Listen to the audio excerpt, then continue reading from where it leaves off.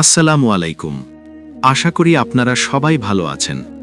যারা আমার চ্যানেলে নতুন তারা এখনই চ্যানেলটি সাবস্ক্রাইব করে পাশে থাকা বেল আইকনটি বাজিয়ে রাখুন। মদিনার উপকণ্ঠে ছোট্ট একটি গ্রাম ছিল, যেখানে খেজুর গাছের সারি আর বালুকাময় মাঠ মিলেমিশে এক অপূর্ব দৃশ্য তৈরি করত। সেই গ্রামের একেবারে শেষ প্রান্তে একটি ছোট্ট মাটির ঘরে বাস করত এক বালক। তার নাম ছিল ইউসুফ। ইউসুফের বাবা ছিলেন একজন সাধারণ কৃষক, যিনি সারা দিন মাঠে খাটতেন আর সন্ধ্যায় ক্লান্ত শরীরে ঘরে ফিরতেন। তার মা ছিলেন একজন ধার্মিক নারী, যিনি ছোটবেলা থেকেই ইউসুফকে আল্লাহর ভয় আর সততার শিক্ষা দিয়ে বড় করেছিলেন। ইউসুফের বয়স যখন মাত্র 10 বছর, তখন তার বাবা একদিন মাঠ থেকে ফেরার পথে হঠাৎ অসুস্থ হয়ে পড়লেন এবং কিছুদিনের মধ্যেই ইন্তেকাল করলেন। বাবার মৃত্যুর পর সংসারের সমস্ত দায়িত্ব এসে পড়ল ছোট্ট ইউসুফের কাঁধে। তার মা তাকে বললেন, বাবা, আমাদের কাছে কিছুই নেই, তবে আল্লাহ আছেন, তিনি আমাদের রিজিকের ব্যবস্থা করবেন, তুমি শুধু সৎ পথে থেকো। ইউসুফ মায়ের কথা মনে গেঁথে নিল এবং গ্রামের একজন ধনী ব্যক্তি হাজী আব্দুর রহমানের কাছে গিয়ে কাজ চাইল। হাজী আব্দুর রহমান ছিলেন গ্রামের সবচেয়ে বড় পশুপালক। তার শতাধিক ছাগল আর ভেড়ার পাল ছিল। তিনি ইউসুফকে দেখে বললেন, তুমি তো ছোট্ট একটা ছেলে, তুমি কি পারবে এত পশু সামলাতে? ইউসুফ দৃঢ় কণ্ঠে বলল, চাচা, আমাকে একটা সুযোগ দিন, আমি আল্লাহর উপর ভরসা রাখি, তিনি আমাকে শক্তি দেবেন। হাজী সাহেব ইউসুফের চোখে এক অদ্ভুত দৃঢ়তা দেখতে পেলেন এবং তাকে রাখাল হিসেবে নিয়োগ দিলেন।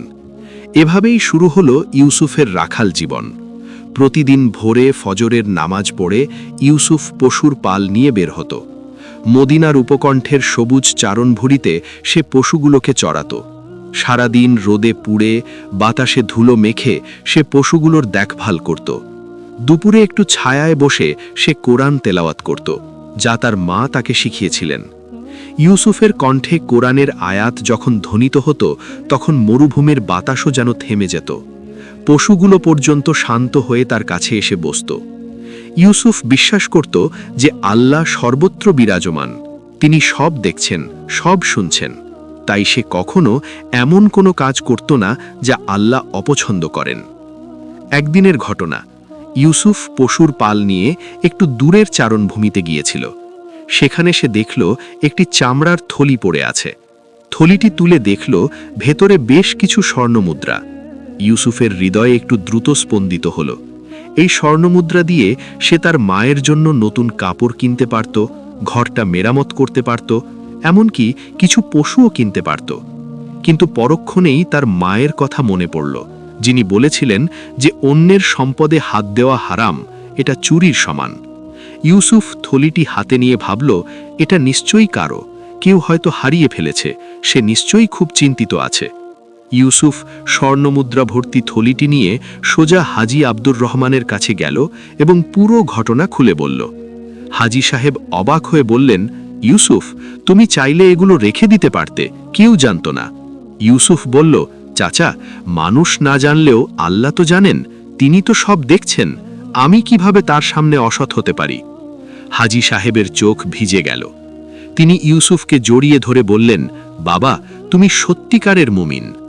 পরে জানা গেল যে থলিটি পাশের গ্রামের এক বণিকের ছিল, যিনি সফরের সময় হারিয়ে ফেলেছিলেন। বণিক যখন তার স্বর্ণমুদ্রা ফেরত পেলেন, তিনি ইউসুফকে পুরস্কার দিতে চাইলেন, কিন্তু ইউসুফ বিনয়ের সাথে প্রত্যাখ্যান করে বলল, চাচা, আমি এটা আল্লাহর সন্তুষ্টির জন্য করেছি, এতে পুরস্কার নেওয়ার কিছু নেই। দিন যায়, মাস যায়, বছর গড়ায়। ইউসুফ ধীরে ধীরে বড় হতে থাকে। তার শরীর শক্ত সমর্থ হয়ে ওঠে, মুখে হালকা দাড়ি গজায়, কণ্ঠস্বর গম্ভীর হয়। কিন্তু তার চরিত্রের যে ভিত্তি তার মা গড়ে দিয়েছিলেন, সেটা অটুট থাকে। সে প্রতিদিন 5 ওয়াক্ত নামাজ পড়ে, রোজা রাখে, গরিবদের সাহায্য করে। যতটুকু সে উপার্জন করে, তার একটা অংশ সে সব সময় দান করে দেয়। মানুষের প্রতি তার ব্যবহার এতটাই সুন্দর যে পুরো এলাকায় তার সুনাম ছড়িয়ে পড়ে। মানুষ বলাবলি করে যে ইউসুফের মতো সৎ আর ধার্মিক ছেলে এই এলাকায় আর একটিও নেই। ইউসুফের বয়স যখন 18, তখন সে দেখতেও বেশ সুদর্শন হয়ে উঠেছিল। লম্বা গড়ন, গমবর্ণের ত্বক, ঘন কালো চুল আর চোখে এক গভীর প্রশান্তি। তার চেহারায় নূরের একটা আভা ছিল, যা সৎ আর নেককার মানুষের চেহারায় থাকে। অনেক পরিবারই তাদের মেয়ের জন্য ইউসুফকে পাত্র হিসেবে চাইত। ফারিহা ছিল অত্যন্ত সুন্দরী, তার বাবার অনেক সম্পদ ছিল। একদিন জামাল সাহেব নিজে ইউসুফের কাছে এসে বললেন, ইউসুফ, আমি আমার মেয়ে ফারিহাকে তোমার সাথে বিয়ে দিতে চাই। আমি তোমাকে আমার ব্যবসার অংশীদার করব, তুমি আর রাখালি করতে হবে না। ইউসুফ বিনয়ের সাথে বলল, চাচা, আপনার প্রস্তাবের জন্য শুকরিয়া, কিন্তু আমি বিয়ের ব্যাপারে আমার মায়ের সাথে পরামর্শ করব এবং আল্লাহর কাছে ইস্তেখারা করব। ইউসুফ জানত যে ফারিহা সুন্দরী হলেও সে দিনদার মেয়ে নয়। সে নামাজ পড়ে না, হিজাব করে না এবং দুনিয়াবি জাঁকজমক নিয়ে ব্যস্ত থাকে। ইউসুফ তার মায়ের কাছে গিয়ে বিষয়টি জানালো। তার মা বললেন, বাবা, রসুলুল্লাহ সাল্লাল্লাহু আলাইহি ওয়াসাল্লাম বলেছেন যে নারীকে 4টি কারণে বিয়ে করা হয়: তার সম্পদ, তার বংশমর্যাদা, তার রূপ এবং তার দিনদারি। তুমি দিনদার নারীকে বেছে নাও, তাহলে তোমার হাত ধূলিমুক্ত থাকবে। ইউসুফ মায়ের কথা শিরোধার্য করে জামাল সাহেবকে বিনয়ের সাথে প্রত্যাখ্যান করল। এদিকে গ্রামের আরেক ধনী পরিবারের মেয়ে লায়লাও ইউসুফের প্রতি আকৃষ্ট ছিল। লায়লা ছিল শিক্ষিত, আধুনিক এবং অত্যন্ত রূপবতী। সে বিভিন্ন অনুষ্ঠানে ইউসুফের দৃষ্টি আকর্ষণ করার চেষ্টা করত। একদিন ইউসুফের পশু চারানোর পথে দাঁড়িয়ে বলল, ইউসুফ, তুমি কি সারা জীবন রাখালি করবে? আমাকে বিয়ে করলে তোমার জীবন বদলে যাবে। আমার বাবার সম্পদ আছে, জমি আছে, তুমি সম্মানের সাথে জীবন কাটাতে পারবে। ইউসুফ দৃষ্টি নিচু করে বলল, বোন, আল্লাহ আমাকে যে রিজিক দিয়েছেন তাতে আমি সন্তুষ্ট। সম্পদ দিয়ে সম্মান হয় না, সম্মান হয় ঈমান আর তাকওয়া দিয়ে। আমি এমন একজন সঙ্গিনী চাই যে আমাকে জান্নাতের পথে সাহায্য করবে। লাইলা অপমানিত বোধ করল এবং রাগ করে চলে গেল, কিন্তু ইউসুফ জানত সে সঠিক সিদ্ধান্ত নিয়েছে। আরেকটি ঘটনা ছিল যা ইউসুফের চরিত্রকে আরও উজ্জ্বল করে তুলেছিল।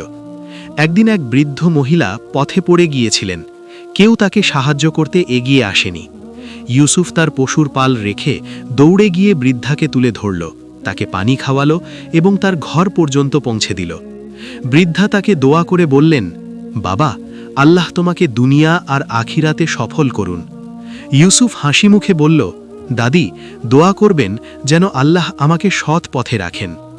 একদিন ইউসুফ পশু চড়াতে চড়াতে মদিনার বাজারের দিকে গেল। সেখানে সে দেখল একটি মেয়ে তার ছোট ভাই বোনদের নিয়ে খেজুর কিনছে। মেয়েটির পোশাক ছিল সাদামাটা কিন্তু পরিচ্ছন্ন, মাথায় হিজাব, চোখে লজ্জা আর মুখে একটি মৃদু হাসি। মেয়েটি দোকানদারকে দাম দিতে গিয়ে দেখল তার কাছে পর্যাপ্ত পয়সা নেই। সে লজ্জিত হয়ে কিছু খেজুর রেখে দিতে যাচ্ছিল।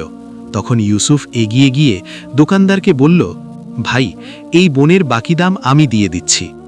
মেয়েটি অবাক হয়ে ইউসুফের দিকে তাকালো এবং বলল, ভাই, এটা আমি নিতে পারি না। আমরা গরিব হলেও আমরা কারো কাছে হাত পাতি না। ইউসুফ বলল, বোন, এটা সাদাকা, আল্লাহর রাস্তায়। তুমি নিলে আমি সওয়াব পাব। মেয়েটি একটু ভেবে তারপর বলল, জাযাকাল্লাহু খায়রান, আল্লাহ আপনাকে উত্তম প্রতিদান দিন। ইউসুফ জানতে পারল মেয়েটির নাম আমিনা। তার বাবা একজন গরিব কিন্তু ধার্মিক মানুষ ছিলেন, যিনি মসজিদে কোরআন শেখাতেন। আমিনা নিজেও হাফিজা ছিল, সে কোরআন মুখস্থ করেছিল। তার পরিবার দুনিয়াবি সম্পদে দরিদ্র ছিল, কিন্তু ঈমান আর তাকওয়ায় ছিল ধনী। ইউসুফ সেদিন ঘরে ফিরে অনেকক্ষণ ভাবল। সে ভাবল যে এই মেয়েটির মধ্যে সেই গুণ আছে যা সে তার জীবন সঙ্গিনীর মধ্যে খুঁজছিল। কিন্তু সে তাড়াহুড়ো করল না। সে আল্লাহর কাছে ইস্তেখারার নামাজ পড়ল এবং দোয়া করল যে, হে আল্লাহ, যদি এই মেয়ে আমার জন্য কল্যাণকর হয় তাহলে আমার পথ সহজ করে দিন, আর যদি না হয় তাহলে আমাকে তার থেকে দূরে রাখুন। এর কিছুদিন পর আরেকটি ঘটনা ঘটল যা ইউসুফের সততার পরীক্ষা ছিল।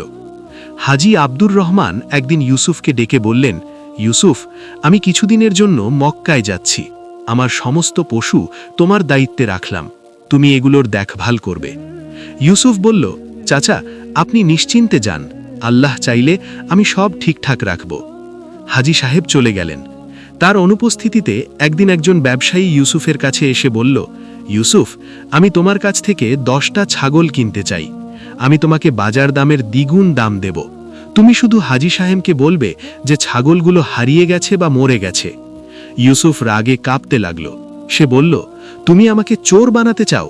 তুমি আমাকে আমানতের খেয়ানত করতে বলছো? আল্লাহর কসম, তুমি যদি আমাকে সারা দুনিয়ার সম্পদ দাও, আমি হাজী চাচার একটা ছাগলও তোমার কাছে বিক্রি করব না। এটা তার আমানত, আমি এর হেফাজত করব। ব্যবসায়ী লজ্জিত হয়ে চলে গেল। যখন হাজী সাহেব ফিরে এলেন এবং এই ঘটনা জানতে পারলেন, তিনি ইউসুফকে জড়িয়ে ধরে কেঁদে ফেললেন।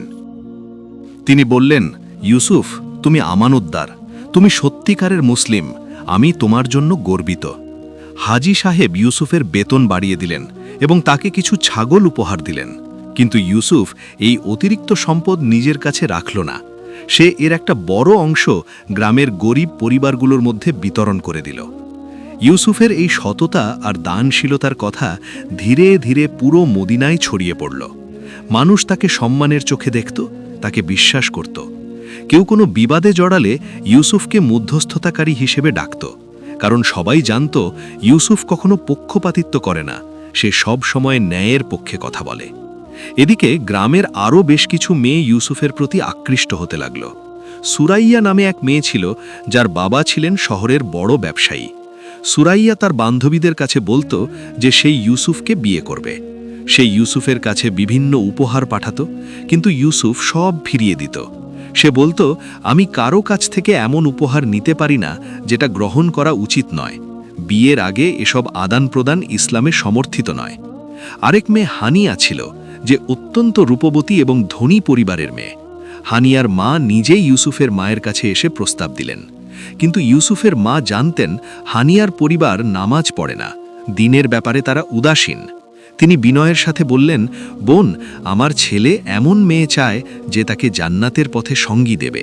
সম্পদ আর রূপ তো দুনিয়ার, আখেরাতে কাজে আসবে ঈমান আর আমল। এভাবে একের পর এক প্রস্তাব আসত এবং ইউসুফ বিনয়ের সাথে ফিরিয়ে দিত। মানুষ অবাক হতো। কেউ কেউ বলতো, ইউসুফ বোকা, এত ভালো ভালো প্রস্তাব ফিরিয়ে দিচ্ছে। কিন্তু ইউসুফ জানত সে কি চায়। সে চাইতো এমন একটি জীবনসঙ্গিনী যার হৃদয়ে আল্লাহর ভয় আছে, যে নামাজি, যে পর্দানিশীন, যে ধৈর্যশীল, যে সৎ, যে তাকে ভালো কাজে উৎসাহিত করবে আর মন্দ কাজ থেকে বিরত রাখবে। ইউসুফের মনে বারবার আমিনার কথা ভেসে উঠত, সেই সাদামাটা পোশাকের মেয়েটি যার চোখে ছিল লজ্জা আর হৃদয়ে ছিল ঈমান।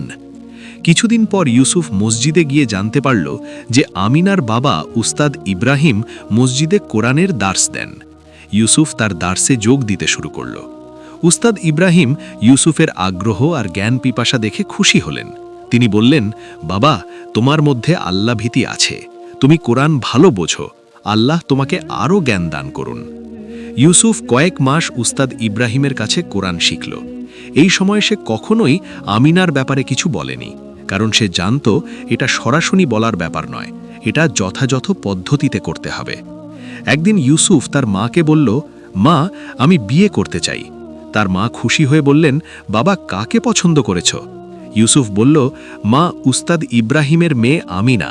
সে হাফেজা, সে নামাজি, সে পর্দানিশীন, সে ধৈর্যশীল। তারা দুনিয়ার সম্পদে গরিব কিন্তু ঈমানে ধনী, আমি তাকেই বিয়ে করতে চাই। ইউসুফের মা খুশি হয়ে বললেন, বাবা, তুমি সঠিক সিদ্ধান্ত নিয়েছ। রাসূলুল্লাহ সাল্লাল্লাহু আলাইহি ওয়াসাল্লামের শিক্ষা অনুযায়ী তুমি দীনদার মেয়েকে বেছে নিয়েছ। আল্লাহ তোমাদের বিয়েতে বরকত দিন। ইউসুফের মা গ্রামের ইমাম সাহেবকে সাথে নিয়ে উস্তাদ ইব্রাহিমের বাড়িতে গেলেন এবং ইউসুফের পক্ষ থেকে আমিনাকে বিয়ের প্রস্তাব দিলেন। উস্তাদ ইব্রাহিম প্রস্তাব শুনে কিছুক্ষণ চুপ থাকলেন। তারপর বললেন, ইউসুফ একজন ভালো ছেলে, আমি তার সততা আর ঈমানদারি দেখেছি, কিন্তু আমি আমার মেয়ের মতামত জানতে চাই। আমিনা যখন জানতে পারল ইউসুফের প্রস্তাবের কথা, সে লজ্জায় লাল হয়ে গেল। সে তার বাবাকে বলল, আব্বা, আপনি যা সিদ্ধান্ত নেবেন আমি তা মেনে নেব। তবে ইউসুফ ভাই একজন সৎ মানুষ, আমি তাকে বাজারে দেখেছিলাম, তিনি আমাদের সাহায্য করেছিলেন কোনো প্রতিদান চাওয়া ছাড়াই। এমন মানুষ খুব কম আছে। উস্তাদ ইব্রাহিম রাজি হলেন। বিয়ের দিন ঠিক হলো। ইউসুফের কাছে বেশি সম্পদ ছিল না, তাই সে খুব সাদামাটাভাবে বিয়ের ব্যবস্থা করল। মোহরানা হিসেবে সে যা দিতে পারত তাই ঠিক করা হলো। ওয়ালিমায় সাধারণ খাবারের ব্যবস্থা হলো, কিন্তু সেই সাদামাটা বিয়েতে যে বরকত ছিল তা দামি দামি বিয়েতেও থাকে না। পুরো গ্রামের মানুষ এসেছিল ইউসুফের বিয়েতে। সবাই দোয়া করছিল, সবার চোখে ছিল আনন্দের অশ্রু। হাজী আব্দুর রহমান ইউসুফকে বিয়ের উপহার হিসেবে 10টি ছাগল দিলেন এবং বললেন, ইউসুফ, তুমি আমার সবচেয়ে বিশ্বস্ত মানুষ, আল্লাহ তোমার সংসারে বরকত দিন। বিয়ের পর ইউসুফ আর আমিনার সংসার শুরু হলো। ছোট্ট মাটির ঘরে দুজনে মিলে একটি সুন্দর জীবন গড়ে তুলল। আমিনা ভোরে উঠে তাহাজ্জুদ নামাজ পড়ত, তারপর ইউসুফের জন্য খাবার তৈরি করত। ইউসুফ ফজরের নামাজ পড়ে পশু চড়াতে বের হতো। সন্ধ্যায় দুজনে মিলে কুরআন তেলাওয়াত করত, ইসলামের বিভিন্ন বিষয়ে আলোচনা করত। তাদের সংসারে সম্পদ কম ছিল, কিন্তু ভালোবাসা আর বরকত ছিল অফুরান্ত। আমিনা কখনো ইউসুফের কাছে দামি কাপড় বা গহনা চাইত না। সে বলতো, আমার স্বামী সৎ, আমার স্বামী ঈমানদার, এটাই আমার সবচেয়ে বড় সম্পদ। দুনিয়ার কোনো গহনা এর চেয়ে মূল্যবান নয়। ইউসুফও আমিনাকে অত্যন্ত সম্মান করত, তার মতামতকে গুরুত্ব দিত, তার সাথে কখনো কঠোর ব্যবহার করত না। রাসূলুল্লাহ সাল্লাল্লাহু আলাইহি ওয়াসাল্লাম বলেছেন, তোমাদের মধ্যে সবচেয়ে উত্তম সে যে তার স্ত্রীর কাছে উত্তম। ইউসুফ এই হাদিসকে জীবনে বাস্তবায়ন করেছিল। একদিন একটি বড় পরীক্ষা এলো। মদিনায় দুর্ভিক্ষ দেখা দিল। মানুষের খাবারের অভাব হলো, পশুদের চারার অভাব হলো। ইউসুফের পশুগুলো দুর্বল হয়ে পড়তে লাগল। এই কঠিন সময়ে অনেকেই ইউসুফকে বলল, ইউসুফ, তুমি তোমার পশুগুলো বাজারে বিক্রি করে দাও, দুর্ভিক্ষে দাম বেশি পাবে, মানুষ মরিয়া হয়ে কিনবে। কিন্তু ইউসুফ বলল, দুর্ভিক্ষের সময় বেশি দামে বিক্রি করা, মানুষের কষ্টকে পুঁজি করা, এটা জুলম, আমি এটা করব না। বরং ইউসুফ তার কিছু পশুর দুধ বিনামূল্যে গ্রামের গরিব পরিবারগুলোকে দিতে লাগল। আমিনা তাকে পূর্ণ সমর্থন দিল। আমিনা বলল, আমরা আল্লাহর ওপর ভরসা রাখব, তিনি আমাদের রিজিকের ব্যবস্থা করবেন। আমরা যদি অন্যদের সাহায্য করি তাহলে আল্লাহও আমাদের সাহায্য করবেন। এবং সত্যিই তাই হলো। দুর্ভিক্ষ শেষ হলো এবং ইউসুফের পশুগুলো আবার সুস্থ হয়ে উঠল। আল্লাহ তাদের রিজিকে এতটাই বরকত দিলেন যে কিছু বছরের মধ্যেই ইউসুফের নিজের একটি ছোট পশুর পাল হয়ে গেল। সে আর শুধু হাজী সাহেবের রাখাল বালক ছিল না, সে নিজেও একজন ছোট পশুপালক হয়ে উঠেছিল। বছর গড়ায় আল্লাহ ইউসুফ আর আমিনাকে সন্তান দিয়ে আশীর্বাদ করলেন। তাদের প্রথম সন্তান ছিল একটি ছেলে, নাম রাখলেন মোহাম্মদ। তারপর একটি মেয়ে, নাম রাখলেন খাদিজা। ইউসুফ তার সন্তানদের সেইভাবেই বড় করতে লাগল যেভাবে তার মা তাকে বড় করেছিলেন, সততা, ঈমান, তাকওয়া আর মানব সেবার শিক্ষা দিয়ে। ইউসুফ তার ছেলেকে বলতো, বাবা, মনে রেখো, সবচেয়ে বড় সম্পদ হলো সততা। তুমি যদি সৎ থাকো তাহলে আল্লাহ তোমার সাথে থাকবেন, আর আল্লাহ যার সাথে থাকেন তার কোনো কিছুর অভাব হয় না। ইউসুফের মেয়ে খাদিজাকে আমিনা কুরআন শেখাতো, নামাজ শেখাতো, হিজাবের গুরুত্ব বোঝাতো। পুরো পরিবারটি ছিল একটি আদর্শ মুসলিম পরিবারের উদাহরণ। গ্রামের মানুষ তাদের দেখে অনুপ্রাণিত হতো। যারা আগে ইউসুফকে বোকা বলতো যে কেন সে ধনী পরিবারে বিয়ে করল না, তারাও এখন স্বীকার করত যে ইউসুফ সঠিক সিদ্ধান্ত নিয়েছিল। ফারিহা, যে ইউসুফের জন্য পাগল ছিল, সে অন্য একজন ধনী ব্যক্তিকে বিয়ে করেছিল, কিন্তু তার সংসার সুখের হয়নি, কারণ তার স্বামী ছিল অসৎ, মিথ্যাবাদী আর নিষ্ঠুর। লায়লাও একজন ধনী ব্যবসায়ীকে বিয়ে করেছিল, কিন্তু সেই ব্যবসায়ীর ব্যবসা ডুবে গেল এবং তারা আর্থিক সংকটে পড়ল। অন্যদিকে ইউসুফ আর আমিনার সংসার দিনে দিনে আরও সুন্দর হতে থাকল, কারণ তাদের ভিত ছিল ঈমান আর তাকওয়ার ওপর, যা কখনো ধসে পড়ে না। একদিন বৃদ্ধ হাজী আব্দুর রহমান ইউসুফকে ডেকে বললেন, ইউসুফ, আমি বুড়ো হয়ে গেছি, আমি আমার সমস্ত পশুর দায়িত্ব তোমাকে দিতে চাই, তুমি আমার অংশীদার হিসেবে কাজ করবে। ইউসুফ বলল, চাচা, আমি আপনার এই বিশ্বাসের যোগ্য হতে চেষ্টা করব, আল্লাহ আমাকে তৌফিক দিন।